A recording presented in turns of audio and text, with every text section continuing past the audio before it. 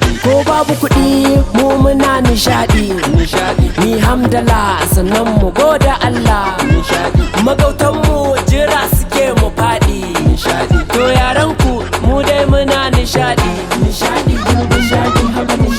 A'a Tigo, ya ganka anan kana shan wiwi, wai me yake damun ka ne? Me take saka kullum sai ka zo nan ka sha?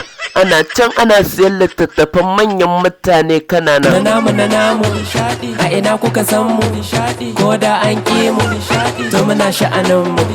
Allah ya ba mu ƙaryar maƙiyan mu su gano ƙarshen mu. Abin ya ci tura maza suna ɗaura zani, da kayo kairi a lahira za ka gani. In ku kai shari tuma a nan za ka sani.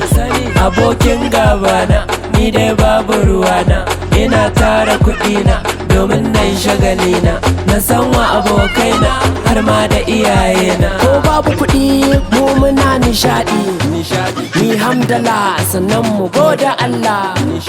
Magautan mu jira suke mu faɗi, to yaran ku mu dai muna nishaɗi. Kan bala'i, wancan ba kamfanin Aitel bane wanda suke zuzzuge min kuɗaɗe na idan na sa? Wallahi na je yau kome zai faru sai dai ya faru. Tigo zai zo. Ka ce Allah. Baba kawo inna ku zo Tigo ya zo. In an bani a baya allazina. Alkur'an sai da je. Malam, menene hujjar ku idan na sa kati ko kuma data kuke zazzoke man, kuke hanye man?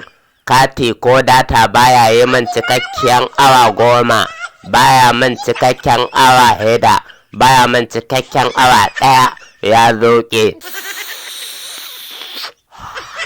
Duk kuɗin da na samu ku yau ɗin nan wallahi sai an ban ko fasa ma baki.